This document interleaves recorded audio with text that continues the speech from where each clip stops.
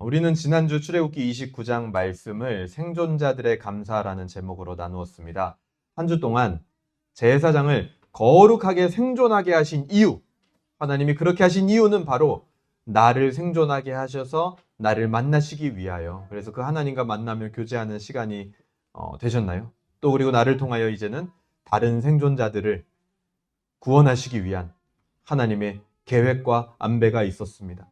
그래서 그 하나님의 계획과 안배에 따라 나의 귀와 손과 발을 거룩하게 쓰는 한 주가 되셨는지요?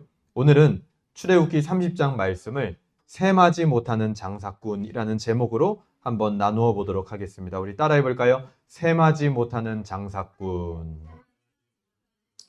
셈하지 못하는 장사꾼은 어떤 장사꾼일까요? 장사꾼이 셈을 못한다면 어떻게 될까요? 망하겠죠. 오늘 본문은요, 분향단을 소개하면서 시작이 됩니다. 근데 이 분향단이라는 것 자체가 지금 여기 30장에 나타나는 것 자체가 굉장히 어색한 거예요. 왜 그럴까요? 이 분향단은 위치가 내성소에 있는 성물이기 때문입니다. 내성소면 어디죠? 그 회막 안에 지성소 바로 앞부분, 등잔대랑 떡상 있는 쪽. 거기에 분향단도 같이 있거든요. 근데 그 내성소가 출애굽기 25장, 26장에서 이미 소개가 됐단 말이에요. 근데 그때 왜 말을 안 하고 오늘 30장에 나오느냐는 거예요. 분향단은 출애굽기를 30장까지 보고 있는 우리에게 다시 한번 주의를 환기시킵니다. 거룩이라는 주제에 더욱더 집중하게 만드는 효과를 줘요. 목사님, 거룩은 앞에서도 다루던 거 아닌가요? 맞습니다. 하지만 오늘 이 분향단과 이어지는 내용을 통해서 나타나는 거룩의 특징이 있어요. 그 거룩의 특징은 뭐냐면 위험하다라는 겁니다. 뭐라고요? 위험하다. 거룩이 어떻다? 위험한 것이다 라는 거룩의 특징을 오늘 소개하기 위해서 분향단이 따로 떨어져서 30장에 나오고 있는 겁니다.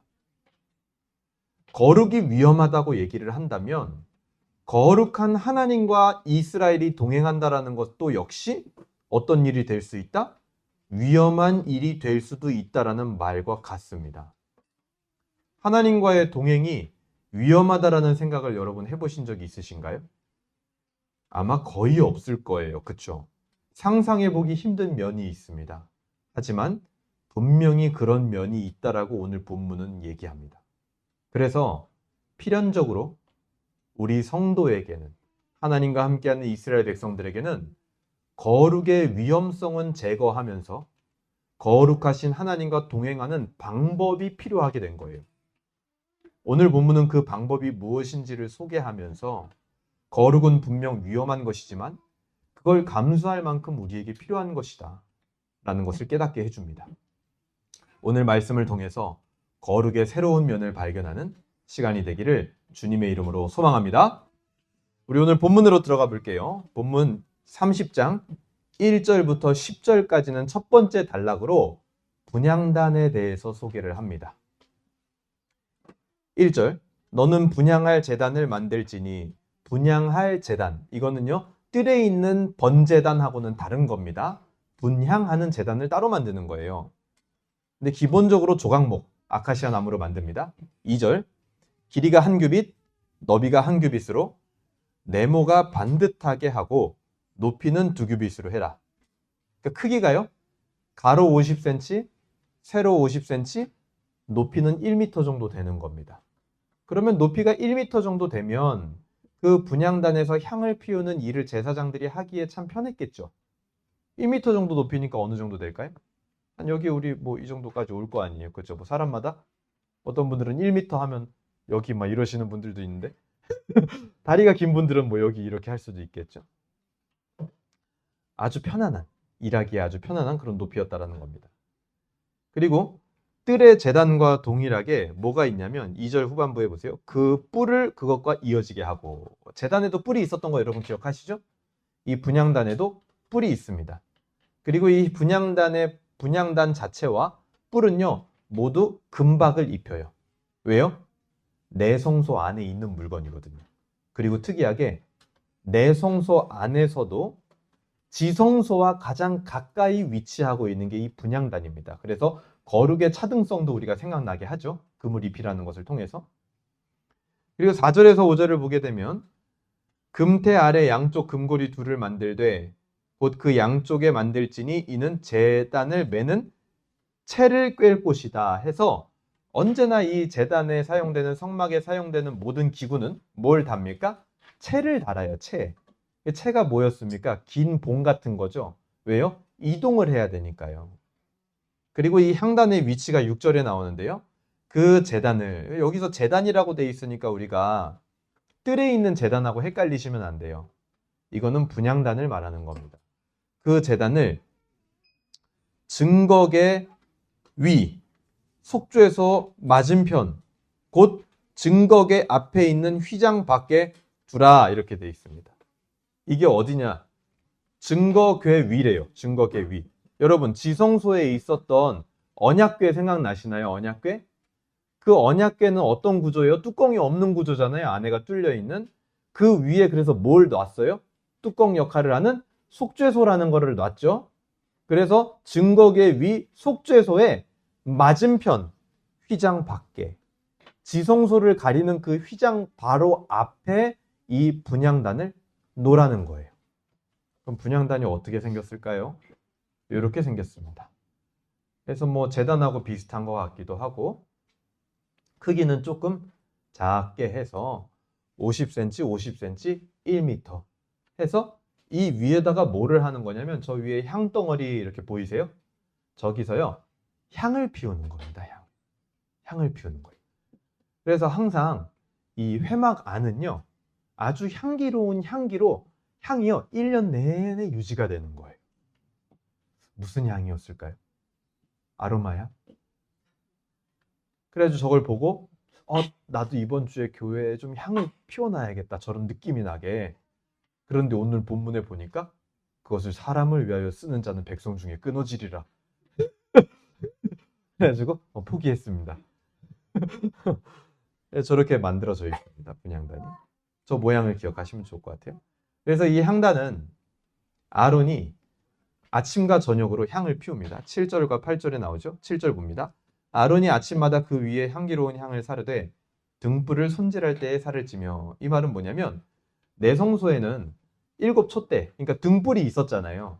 그 등불도요 기름이 떨어지면 꺼질 거 아니에요. 그렇죠? 그래서 그 등불도 손질을 해야 된단 말이에요. 수시로. 그 등불을 손질할 때 어떻게 해라? 이 향도 그때 같이 손질해서 계속 피워놔라. 이렇게 일을 하라는 겁니다. 그런데 향을 피울 때 조심해야 될 점이 있습니다. 조심해야 될 점. 이게 뭐냐면 첫 번째는 8절 후반부에 나오죠. 이 향은 너희가 대대로 여호와 앞에 끊지 못할 것이며. 이 향이요 절대 끊어지면 안 됩니다. 회막 안에서. 그리고 9절 너희는 그 위에 다른 향을 사르지 말며. 다른 향을 피운다? 절대 안 돼요. 딱 한 가지 하나님이 원하시는 향이 있는 거예요. 그 냄새를 하나님 앞에 피워야 되는 겁니다. 그리고 번제나 소제를 드리지 말며 전제에 술을 붓지도 말아라.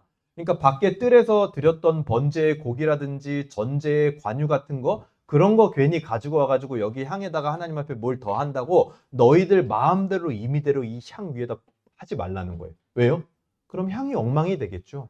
하나님이요 분명히 원하시는 향이 있다라는 거예요. 고기도 올리지 마라. 기름도 붓지 마라. 술도 붓지 마라. 이것은요 보편적으로 신이 무언가 먹을 수 있도록 신 가까이에 음식과 술을 두는 것을 의무로 하는 다신론적인 종교의 개념을 거부하고 있는 겁니다. 여기서부터 이미 이방 나라의 제사 문화와 신을 섬기는 문화와 하나님을 섬기는 문화가 차이가 나는 거예요. 하나님은 그런 것들을 하지 말라는 거예요. 그래서 이 분향단이라는 것 자체, 그리고 분향단의 향을 피울 때 이렇게 해라라는 것은 이 분향단이 지극히 거룩한 것이다. 10절에 보세요. 아론이 1년에 한 번씩 이 향단불을 위하여 속죄하되 속죄제의 피로 1년에 한 번씩 대대로 속죄할지니라. 이 제단은 여호와께 지극히 거룩하니라. 지극히 거룩한 거다. 너희들이 생각하는 방식대로 하지 말아라. 내가 원하는 방식대로 해라. 이것은 구별된 것이다라는 것을 강조하고 있는 겁니다. 그리고 1년에 한 번씩 뭐 하래요? 향단의 뿔을 속죄제의 피를 가져와 가지고 여기에 뿌려서 속죄를 하랍니다. 이 향단의 뿔이 어디예요? 여기 삐죽한 이 부분을 뿔이라고 말하는 거예요. 여기에다가 속죄제의 피를 가지고 와서 뿌려가지고 이 향단 전체를 거룩하게 하라는 거예요. 왜 뿔을 거룩하게 하라 그러는 거냐면 이 뿔 자체가 뭘 의미하냐? 전체를 대표하는 거예요. 머리가 사람을 대표하는 것처럼, 얼굴이 사람을 대표하는 것처럼 저 윗부분이 전체를 대표하기 때문에 저 윗부분의 뿔이라고 얘기를 하는 겁니다. 우리가 여기서 이제 설교를 그동안 들으면서 지식이 있죠. 향단의 뿔을 속죄한다? 아니 무슨 이 기구가 잘못 저지르는 것도 아니고 뭐 물건이 여러분 잘못 저지릅니까? 아니란 말이에요. 그런데 이 뿔을 속죄해라라는 것이 어떤 의미입니까? 여러분 기억나세요?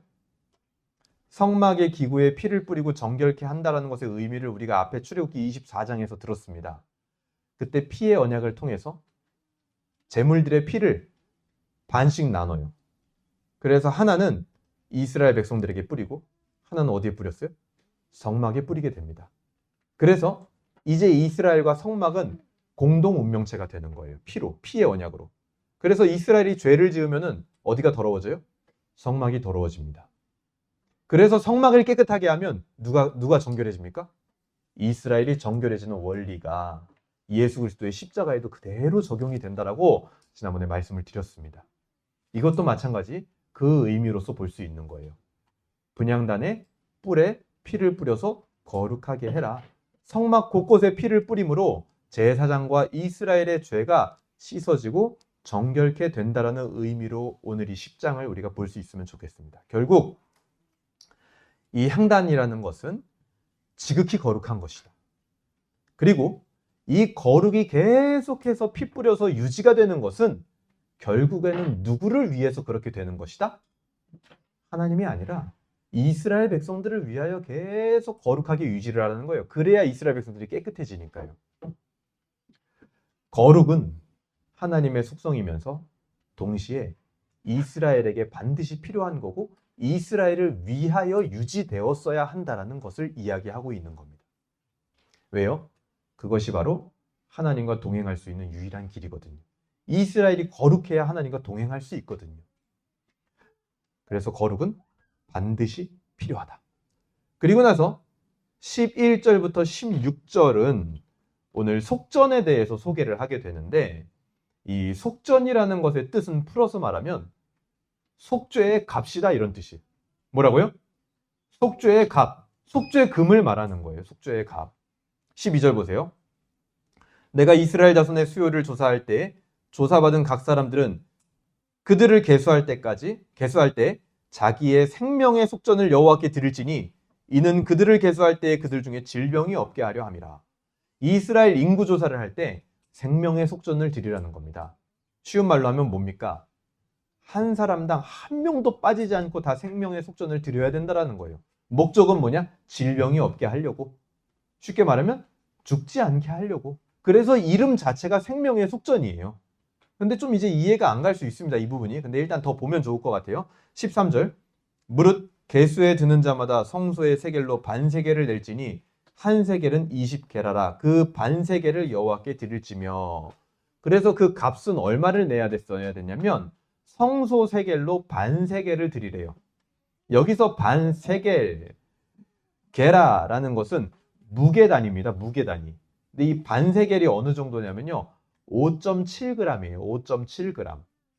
그래서 이제 우리가 성전 시대로 가게 되면 은 5.7g 정도를 의미한다라고 보면 돼요. 근데 이 반세겔이라는 게 지금 그냥 그렇게 추측을 해서 말씀을 드리는 거지 정확하게 환산하는 건 어렵습니다. 근데 하지만 분명한 건 이 반세겔이 의미하는 그 양이 어느 정도냐면 15절에 말을 하고 있어요. 15절.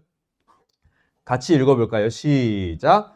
너희의 생명을 대속하기 위하여 여호와께 드릴 때에 부자라고 반세겔에서 더 내지 말고 가난한 자라고 덜 내지 말지며. 그러니까 이 반세겔의 속전은 모두가 균등하게 내야 됐는데 가난한 자, 부자 모두에게 너무 쉽거나 너무 어렵지 않게끔, 그러니까 적당한 수준을 유지한 상태에서 드리도록 했다라는 거예요. 그러니까 이 반세겔이 가지는 의미가 뭡니까? 많은 걸 뜻하는 거예요? 적은 걸 뜻하는 거예요? 아니요. 적당하게 드려야 된다. 적당하게. 그 정도 수준을 말하는 겁니다. 그래서 이후에 포로 귀환하고 나서는 이 성전 세겔이 줄어들어요. 느헤미야 때 보면은 이게 반세겔이 아니라 3분의 1 세겔만 드려라 하고 바뀝니다, 나중에. 왜요? 그때는 포로 귀환하고 나서 굉장히 경제적으로 어려운 때잖아요. 그래서 그때는 3분의 1 세겔만 드려라 하고 조정이 되는 모습도 볼 수가 있습니다. 그 대신 누구나 다 균등하게 내야 된다. 그리고 이것을 어디에다 쓰냐면 16절. 너는 이스라엘 자손에게서 속전을 취하여 회막 봉사에 쓰라. 어디에 쓰래요? 회막 봉사. 그러니까 지금 회막을 만들었잖아요. 이 회막을 유지 보수하는 일에 계속 쓰는 겁니다. 우리가 앞에서 성막을 만들어지는 설계도를 봤지만 이 성막이요, 한 번 만들고 그냥 계속 쓸 수 있는 게 아니라 중간에 다시 만들어야 되는 것도 있고 보수해야 되는 것도 있고 유지하기 위해서 놋을 다시 녹이고 만들어야 되는 것들도 있습니다. 그럴 때 돈이 들겠죠. 그렇게 성막, 회막의 봉사와 유지 보수에 쓰라는 거예요. 그래서 이후에 이것을 성전세라고도 부르게 됩니다. 이것이 하나님 앞에서 이스라엘 자손의 기념이 되고 그것이 이스라엘의 생명을 대속하게 하는 역할을 하게 된다라는 거예요. 자, 그러니까 여기서부터 이제 우리가 분위기가 조금 달라지는 거예요. 뭐냐면 이거는요, 단순히 돈 내라 이런 게 아니에요. 왜냐면 생명의 값이 필요하다라고 얘기를 하고 있잖아요.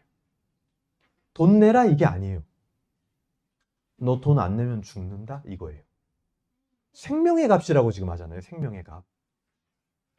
성막이라는 것은 하나님께서 이스라엘 안으로 들어오시는 것을 뜻하는 겁니다. 그 순간 이스라엘은 거룩한 하나님 앞에 서게 된다라는 위험도 동시에 가지게 되는 거예요. 그래서 거룩은 위험성을 내포하고 있는 겁니다. 우리가 지난 성막 설계도에서도 봤지만 심지어 그런 기록도 있어요. 내 성소의 천막이 휘장이 거두어졌을 때 그것을 밖에 있는 들어가지 못하는 자가 보기만 해도 죽을 수 있다. 그 정도로 거룩이라는 것은 굉장히 위험성을 내포하고 있는 거예요. 그게 지금 이스라엘 안에 들어왔다라는 거죠. 거룩을 우리가 위험하다라고 생각해 본 적이 없는데 도대체 그 거룩이 왜 위험한지. 아니, 거룩이라는 게 도대체 뭐길래, 어떤 것이길래 이 생명의 속전을 내야 될 만큼 생명의 문제까지도 결부될 수 있는 건지. 그러니까 굳이 생명의 속전이라고 생명의 문제까지 왈가왈부할 필요는 없잖아요. 그냥 너가 동행하고 싶으면은 속전을 내야 된다. 너가 거룩해지고 싶으면 속전을 내야 된다. 이렇게 표현하면 되잖아요. 근데 생명의 속전. 이것을 내야만 생명이 지켜질 수 있다. 그러니까 이 거룩이라는 속성에는 굉장히 위험한 것이 포함되어 있는 게 분명한 겁니다. 근데 하지만 우리가 이제 감이 잘 안 와요. 거룩이 도대체 뭐길래 이렇게 위험하다라고 얘기를 할까? 왜 감이 잘 안 올까요? 다른 이유가 없습니다. 거룩을 잘 모르기 때문이에요, 우리가.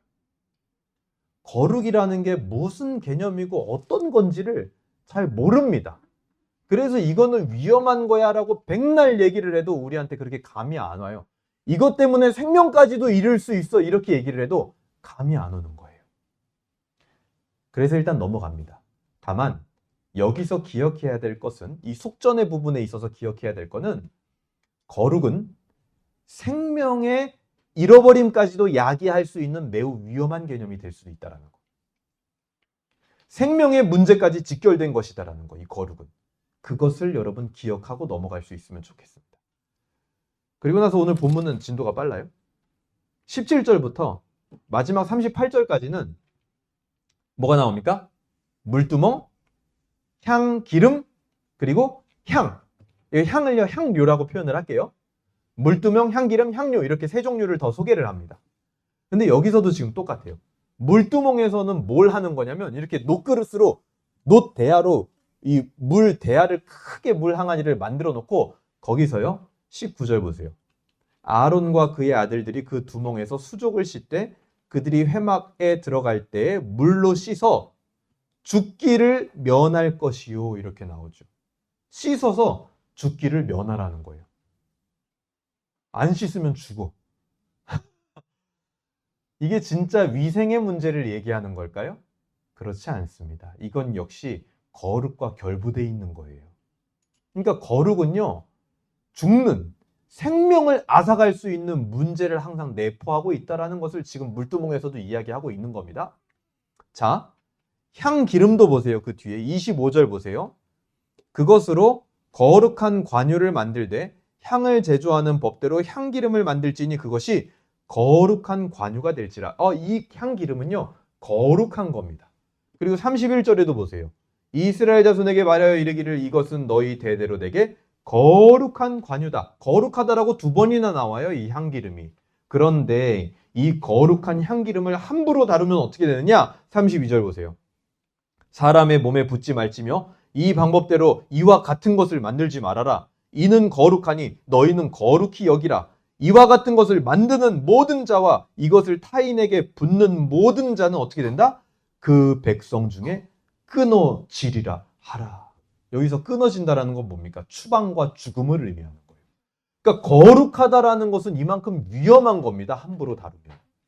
그리고 그 뒤에 나오는 34절부터 38절까지의 향. 여기서 나오는 향은 정확하게는 향료를 의미하는 거예요. 이 향료의 구성품이 무엇인지를 제가 다 소개해 드릴 수 있지만 그거 일일이 얘기하면 오늘 시간이 너무나 많이 가서 지나가도록 하겠습니다. 그런데 이 향료는 뭘 하는 거냐면 35절 보세요. 그것으로 향을 만들되 향 만드는 법대로 만들고 그것에 소금을 쳐서 어떻게 해라? 성결하게 해라. 거룩한 겁니다. 36절도 보세요. 그 향 얼마를 곱게 찌어 내가 너와 만날 회막 안 증거궤 앞에 두라. 이 향은 너희에게 어떻게 하다? 지극히 거룩하니라. 이 향료도요, 지극히 거룩한 거래요.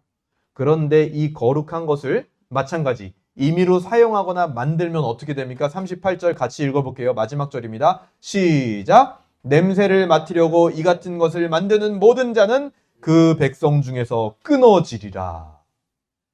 계속해서 거룩의 위험성, 거룩한 걸 함부로 다루면, 거룩한 것과 함부로 함께하면 어떻게 되는지 그 위험성을 지금 경고하고 있는 겁니다. 본문을 한번 정리를 해볼게요. 오늘 본문은요, 거룩한 향단으로 시작해서 맨 마지막에 거룩한 향료로 끝납니다. 그래서 맨 처음에 이 거룩한 향단을 통해서 거룩의 필요성을 보여주는 것이고, 마지막 거룩한 향료를 함부로 다루면 안 된다는 걸 통해서 거룩은 위험한 것이다라는 것을 동시에 보여주는 거예요. 뭘 보여준다고요? 거룩은 필요한 것인데 거룩은 매우 위험한 것이 될 수도 있다는 걸 보여주는 겁니다. 하나님과 동행하기 위해서 꼭 필요하지만 너무 위험한 것이 바로 거룩이라는 거예요. 그 딜레마에 빠진 이스라엘 백성들을 위해서 하나님은 속전이라는 아주 간편하고 때로는 어이없는 하나님의 방식을 택하셨다라는 거예요. 여러분 생각해 보세요. 거룩은 위험합니다. 죽을 수도 있습니다. 이랬는데 그 거룩을 제거하는 방법이 반세계를 내면 돼. 아니, 얘기했던 거 거창한 그 죽음과 막 엄청난 그 압박감을 피하는 데 있어서 반세계는요, 너무 어이없고 쉬운 방식인 거예요, 사실은. 그게 바로 하나님의 방식인 거죠. 그래서 이스라엘은 우리처럼 그렇게 큰 거룩의 위험에 대한 개념이 아마 없었는지도 모르겠습니다.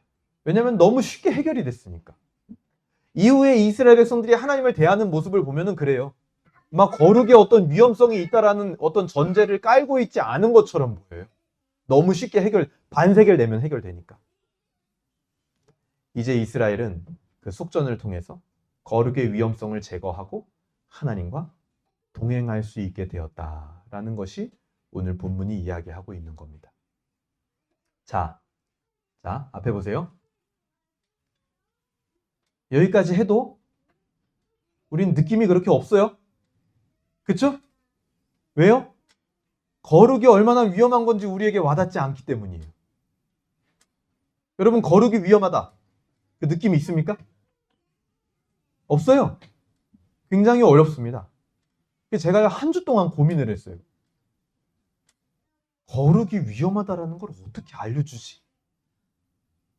오늘 본문에서 분명히 거룩의 위험성을 얘기하고 있는데, 그리고 막 이스라엘 백성 안에서 끊어지고 막 죽고 생명의 속전을 안 바치면은 막 목숨을 잃어버릴 정도로 거룩은 위험한 건데 그거 어떻게 알려주지? 뭐로 비유를 해야 될까 오늘날? 제가 고민을 많이 했습니다. 근데 결론, 답이 없어요. 제가 그냥 왔어요. 왜 답이 없냐? 왜 답이 없는지에 대한 결론은 나왔어요. 왜 그러냐면 우리가 거룩을 몰라요. 그래서 거룩의 위험성도 모릅니다. 아무리 생각해도. 그러니까 아무리 상상을 해봐도 뭔지를 모르겠는 거예요. 거룩의 위험성이. 왜요? 그 거룩이라는 본질 자체를 모르거든요. 그래서 제가 이런 생각을 해봤습니다. 여러분 잘 들어보세요. 이렇게 생각해보면 어떨까요? 그러니까 거룩을 지금 몰라서 생기는 문제인데 이 거룩이 뭔지를 알기 위해서는 거룩 자체를 알기가 어려우니까 이렇게 생각해보는 거예요. 거룩이 없는 게 어떤 상태인지 그거를 생각해보면 어떨까요? 그거는 좀 우리랑 가깝다, 그렇죠? 거룩이 없는 게 어떤 상태일까? 거룩이라는 게 그러면 어떤 개념인지 대략적으로 감을 잡을 수 있지 않을까요? 퍼즐이 하나 있는데 이게 도저히 뭔지를 모르겠어. 그럴 때는 주변 퍼즐들을 사실은 보면은 이게 뭔지를 더 정확하게 알 수도 있는 힌트가 될 수도 있다는 거예요. 이스라엘 백성들에 있어서 거룩하지 않은 상태라는 것은 곧 성막 이전의 상태라고 얘기를 할 수 있습니다. 즉 출애굽 전 애굽의 노예였던 상태를 말하는 거죠. 좀 더 엄밀히 말하면 뭡니까? 우상을 섬기던 시절을 말하는 거예요. 우상의 문제가 해결되지 않았던 이스라엘의 상태는 어떠했습니까? 심지어 하나님의 말씀을 받아도 그 우상의 영향을 받은 채로 말씀을 받게 됩니다. 이게 뭔 말이냐면 예를 들어서 말씀을 드릴게요. 말씀에서는 이웃을 사랑하라 이렇게 얘기를 합니다. 그런데 나라는 자기 자신이라는 우상을 섬기고 그 배경 안에 있는 사람은 이웃을 사랑하라는 그 말씀을 듣고 이타적인 삶을 살아도 결국 그것이 나를 위한 이타적인 삶으로 결론을 맺게 된다는 거예요. 말씀에서 이웃을 사랑하라고 했으니까 나도 이웃을 사랑해야겠다. 그래서 열심히 이웃을 사랑하고 이웃을 섬기는 삶을 사는데 나를 위한 삶이라는 우상이 제거되어 있지 않으니까 이웃을 섬기는 동기도 뭐냐면 결국에는 그렇게 해서 내가 복 받으니까.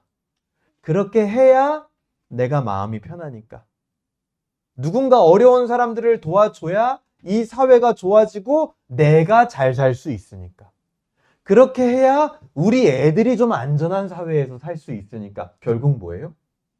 나라는 우상을 가진 사람들은 이타적인 삶을 살아도 결국 그것이 나를 위한 이타적인 삶이 되기 때문에 거룩한 삶과는 거리가 먼 거예요. 어떤 종류이든 우상이라는 배경 속에 있는 자는 하나님의 말씀도 결국 그 우상이라는 배경 속에서 적용하게 됩니다. 이게 되게 무서운 거예요. 돈에 사로잡힌 사람은 어떤 말씀을 들어도 돈과 연결시킵니다.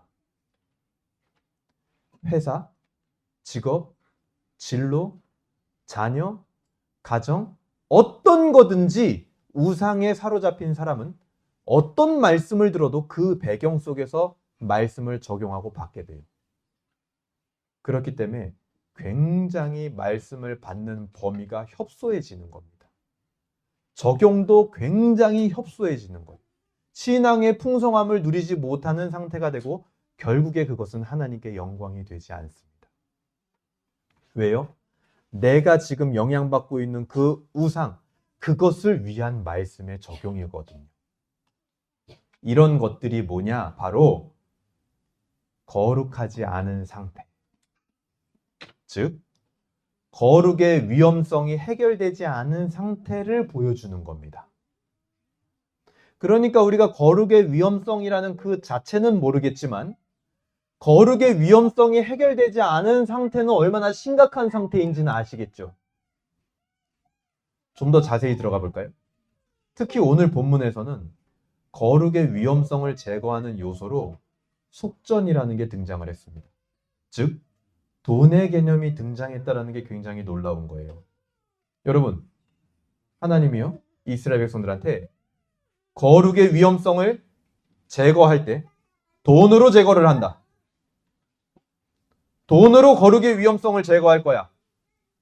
이 명제가 여러분 어떻게 들리십니까? 좀 이상하게 들릴 거예요. 왜 이상하게 들릴까요? 돈을 너무 쉽게 우상화하고 있는 현대사회라는 배경 속에서 우리가 그걸 듣고 있기 때문이에요. 그러니까 여러분 모두는 저를 포함해서 돈의 우상의 배경 속에서 이 말씀을 듣고 있는 겁니다. 이게 만약에 이상하게 들렸다면 하나님이 돈으로 너희의 거룩을 씻겠어. 이 말이 이상하게 들렸다면 우상의 배경 속에서 듣고 있는 거예요, 지금. 그래서 그 의도조차 이상하게 느껴지고 비춰지게 만드는 효과가 있는 겁니다. 우상의 배경 안에서 듣고 있기 때문에. 그만큼 우리도 돈이라는 우상의 영향을 받고 있다는 거죠. 왠지 속된 것으로 보이고 저급한 방식인 것 같은 느낌이 있는 겁니다.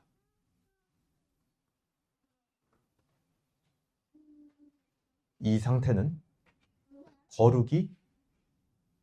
거룩의 위험성을 그대로 해결되지 않은 상태로 지니고 있는 그런 상태. 매우 위험한 상태. 우리는 어떤 방식으로 돈을 쓰고 있습니까? 어떤 사람들은 내가 다시 무언가를 받기 위해서 주는 사람이 있습니다. 또 어떤 사람들은 나도 안 주기 위해서 그냥 안 받는다 이런 사람들도 있어요. 또 어떤 사람들은 그렇게 해야 내 마음이 편할 것 같아 하고 내 만족을 위해서 주는 사람도 있습니다. 또 어떤 사람들은 그렇게 안 하면 내 이미지가 좀 그러니까 내 이미지 때문에 돈을 쓰는 사람도 있어요. 내가 잘 먹고 잘 사는 거, 우리 가족이 잘 먹고 잘 사는 거. 제가 지금까지 말씀드린 이 모든 개념은 보편적이고 선량한 가치를 따라서 돈을 사용하는 것 같지만 아까 말했던 대로 거룩한 삶과는 거리가 먼 삶이에요. 왜요? 모두가 다 돈이라는 나라는 우상을 배경으로 해서 이 돈을 사용하고 있는 거거든요. 나를 위해 사용하고 있는 거거든요.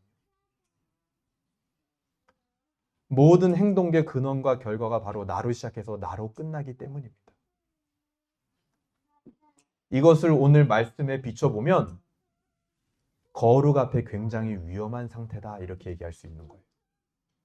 돈을 우상화하는 세상에서 나는 어떻습니까?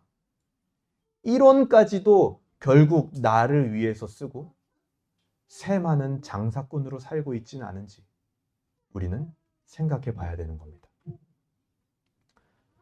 세상은 물건의 가치만큼 값을 매깁니다. 그래서 뭐라고 합니까? 싼 건 싼 이유가 있다. 비싼 건 비싼 값을 한다라고 얘기를 합니다. 그래서 우리는 나를 위해, 우리 가족을 위해 어떻게 돈을 더 잘 쓸지 굉장히 많이 고민을 합니다. 하지만 오늘 본문에 의하면 하나님은요, 이 공식을 깨시는 거예요. 싼 걸 비싸게 사셨습니다. 그리고 비싼 걸 싸게 팔고 계시는 거예요. 바로 생명의 속전이 그렇죠. 지극히 중요한 이 거룩이라는 개념을 말도 안 되는 가격의 속전으로 파시는 거예요. 반세계. 그걸로 거룩을 살 수 있습니까? 말이 됩니까? 그리고 지극히 싼 값의 죄인을 비싸게 사는 겁니다. 아무 값어치 없었던 애굽의 노예였던 이스라엘 백성들을 하나님의 거룩이라는 값으로 사는 거예요. 여전히 거룩하지 못한 상태. 우상의 배경을 가진 채로 말씀을 듣고 있는 우리를 하나님은 지극히 비싼 값에 사셨습니다. 골로새서 1장 14절은 이렇게 말해요. 그 아들 안에서 우리가 속량 곧 죄사함을 얻었도다. 여기서 속량이 무슨 뜻이냐면 값을 치르다라는 뜻이에요. 지극히 싼 값의 죄인인 우리를 예수 그리스도의 십자가의 핏값으로 사셨다라는 거예요. 그것이 우리의 영원한 속전이 된다라는 거죠. 가끔 세상에서도 어떤 물건의 값어치 이상의 가격을 매기는 경우가 있습니다. 어떨 때 그렇죠? 그것이 의미가 있을 때, 값으로 매길 수 없는 예술품일 때 그 물건 이상의 값어치를 매겨요. 하나님이 너무나 싼 값인 죄인을 그 비싼 값으로 사셨다라는 것은 하나님에게 우리가 그런 의미라는 거예요. 여러분, 세상의 관점으로 볼 때 하나님은요, 셈하지 못하는 장사꾼입니다. 망할 장사꾼이에요. 왜요? 너무 싼 거를 비싸게 샀거든요. 그리고 너무 비싼 걸 싸게 팔고 계시거든요. 하지만 우리에겐 자신의 돈으로 자식을 찾으러 온 아버지이고 자신의 돈으로 사랑하는 아내를 찾으러 온 남편인 겁니다. 그 예수 그리스도라는 속전으로 우리는 거룩을 맛보게 됩니다. 말도 안 되는 가격에. 그 거룩을 맛볼 때 그제서야 우리는 비로소 우상이라는 배경에서 벗어나게 돼요. 왜요? 내가 맛본 그 거룩을 이제 사모하게 되거든요. 그렇게 거룩의 위험성에서 우리는 안전해질 수 있게 되는 겁니다. 이스라엘 백성들이 생명의 속전을 들여서 거룩의 위험성을 제거하는 것처럼 우리도 예수 그리스도라는 속전을 통해서 거룩을 맛보고 그 거룩의 위험성에서 안전해지는 거예요. 이것이 거룩의 위험성을 제거하시는 하나님의 돈 쓰는 방식이에요. 하나님은 이렇게 돈을 쓰십니다. 오늘 말씀을 어떻게 적용할 수 있을까요? 우리가 이 거룩을 맛봐야 되는데 이 거룩을 맛보지 못하게 하는 우상이라는 배경이 무엇이 있을까요? 거룩의 위험성을 그대로 남아있게 만드는 우상들이 우리 주변에 있다는 거예요. 특별히 오늘은 돈에 관하여 이야기를 했습니다. 나는 하나님 앞에 돈의 개념이 정리되어 있는가? 아니면 돈이 우상화되어져 있는 이 세상 속에서 같은 배경을 가지고 있는가? 여러분이 돈이라는 우상은요, 많이 있냐 적게 있냐? 그걸로 내가 그 우상에 사로잡혀 있는지 아닌지가 결정되지 않습니다.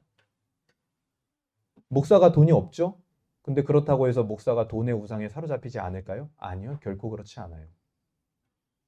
없어도 있어도 그것을 오직 나로 시작해서 나로 끝나는 방향으로 사용하고 있다면 그건 돈의 우상의 영향을 받고 있는 겁니다. 그 배경 안에 있는 거예요.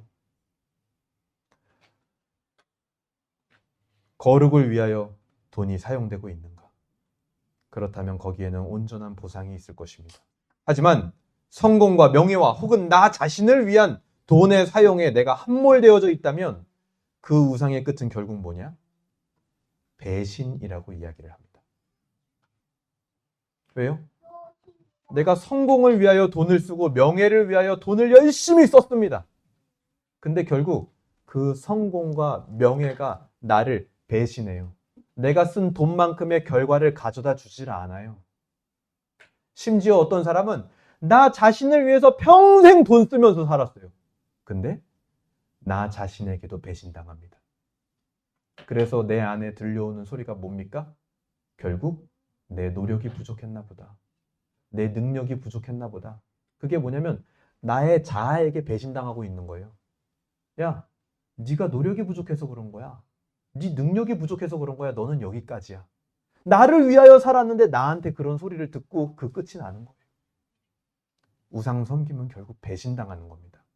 우상의 목적은 거룩을 위험한 것 그 자체로 남겨두는 게 그들의 목적이에요. 내가 영향받고 있는 우상의 배경은 뭔지 생각해 보실 수 있으면 좋겠습니다. 사도행전 20장 28절 한번 읽어볼게요. 오늘 성경, 신약성경 사도행전 20장 28절입니다. 20장 28절 같이 읽겠습니다. 시작! 여러분은 자기를 위하여 또는 온 양떼를 위하여 삼가라. 성령이 그들 가운데 여러분을 감독자로 삼고 하나님이 자기 피로 사신 교회를 보살피게 하셨느니라. 하나님이여 자기 피로 뭘 샀대요? 교회를 샀다. 셈하지 못하는 장사꾼 하나님의 두 번째 거래는 뭐였냐면 교회였습니다. 첫 번째로 거래한 우리가 이제는 이 교회를 보살펴야 되는 거예요. 그럼 어떻게 교회를 보살필까요? 오늘 계속 등장했던 향단, 향기름, 향료 이런 것들은요. 계시록 5장 8절에 가보면 성도의 기도다 이렇게 얘기를 합니다. 여러분 다른 거 아니에요. 기도로 교회를 보살피시기 바랍니다. 이것이요. 거룩을 맛보는 굉장히 중요한 방편이에요. 우리가 거룩이 잘 뭔지 모르잖아요. 근데 제가 생각해 보니까 여기까지 설교를 딱 쓰면서 생각을 해보니까 우리가 이 땅에서 거룩이라는 게 무엇인지 아주 조금 맛볼 수 있는 힌트가 있구나. 그게 뭐냐면 교회를 통해서입니다. 교회의 모임을 통해서 우리는 거룩의 참된 맛이 뭔지, 거룩이 주는 행복감이 뭔지를 약간 맛보게 돼요. 그래서 거룩을 사모하게 되는 겁니다. 여러분, 기도로 교회를 보살피시기 바랍니다. 교회를 위하여 기도하는 한 주가 되시길 바라요. 마지막 적용은 뭡니까? 오늘 이 거룩의 위험성을 제거하는 데 가장 중요한 키포인트는 속전이었습니다. 그 속전을 오늘 본문에서 뭐라 그러냐면 너희가 생명의 속전을 바치면 하나님께 그것이 기념이 된다. 그래서 너희의 생명을 보존한다. 이 기념이라는 말은 원어로 보면 기억이에요. 기억. 하나님이 너희를 기억할 거다. 이렇게 표현을 해요. 그런데 사도행전 10장 4절에 가보게 되면 한번 가볼까요? 우리 같은 성경이니까요. 사도행전 10장 4절 우리 같이 읽어보겠습니다. 고넬료 이야기예요. 사도행전 10장 4절 같이 읽겠습니다. 시작! 고넬료가 주목하여 보고 두려워 이르되 주여 무슨 일이니까? 천사가 이르되 내 기도와 구제가 하나님 앞에 상달되어 기억하신 바가 되었으니. 속전도 하나님 앞에 기억이 됐고 여기 사도행전 10장 4절에서 고넬료의 구제가 하나님 앞에 기억의 제물이 되었다 이렇게 표현을 하고 있는 거예요. 구약의 속전은요. 하나님 앞에 기억이 되는 제물은 성소, 회막을 봉사하고 세우는 데 쓰여졌습니다. 오늘 우리의 속전의 은혜는 이 고넬료처럼 성전된 사람을 세우는 데 쓰여져야 되는 거예요. 고넬료처럼. 그것이 하나님 앞에 기억의 제물이 되는 겁니다. 여러분, 내가 세우고 구제해야 할 사람을 생각해 보시길 바랍니다. 1원까지도 세마는 나를 위하여 쓰는 내 성공과 내 명예와 나 자신을 위하여 쓰는 장사꾼 되지 말고 셈하지 못하는 것 같지만 거룩한 하나님과 같은 그런 장사꾼으로 이 땅에서 살아가시길 바랍니다. 오늘 말씀이 우리에게 주는 소망과 비전은 무엇입니까? 웨스트민스터 신앙고백서 8장 중보자 그리스도라는 항목이 있어요. 거기 8항에 보게 되면 제목이 이거예요. 구속 사역에 효과 있는 적용. 자, 읽어드리겠습니다. 그리스도께서는 값을 치르고 구속하신 모든 사람들에게 뭐라고요? 값을 치르고 구속하셨대요. 모든 사람들에게 바로 그 구속을 확실하고도 효과 있게 적용하시고 전달해 주시며 그들을 위하여 대언하시고 말씀 안에서 그리고 말씀을 통해서 그들에게 구원의 비밀들을 계시하시고 그의 성령에 의하여 효과적으로 그들을 설복하여 믿고 순종케 하며 그들의 심령을 그의 말씀과 성령으로 주관하신다. 그래서 뭐가 밝혀져요? 말씀 앞에 나오면 우상의 배경 안에 있는 그 우상의 모습이 우리 안에 드러나는 겁니다. 그들의 모든 원수들의 그의 전능하신 능력과 지혜로 물리치시되 그의 기이하고 측량할 수 없는 섭리에 가장 부합되는 방법으로 하신다. 거룩의 위험성을 감당해 주시고 속전이 되어 주신 예수님. 그는 진실로 셈하지 못하는 장사꾼과 같습니다. 그는 이제 우리에게 거룩을 맛보여 주십니다. 그래서 우리가 우상의 배경에서 나와서 거룩을 사모하게 하실 거라는 거예요. 오늘 말씀을 정리하겠습니다.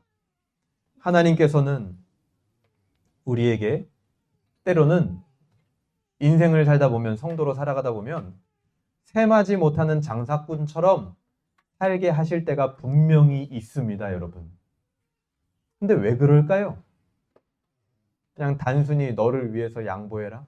너를 위해서 바보처럼 살아라? 아니요. 하나님께서는 자신이 먼저 예수님과 성령님과 함께 맛보았던 그 셈하지 못하는 장사꾼만 맛볼 수 있는 열매를 하나님이 먼저 맛봤거든요. 그래서 오늘 저와 여러분 그리고 우리 교회를 그 기쁨을 누려보도록 부르시는 겁니다. 그래서 성도는 때로는 셈하지 못하는 장사꾼처럼 살도록 하실 때가 있는 거예요. 여러분 이번 한 주도 셈하지 못하는 장사꾼의 그 은혜를 먼저 여러분들이 누리고 우리도 그렇게 셈하지 못하는 장사꾼 되어 살기를 주님의 이름으로 소망합니다.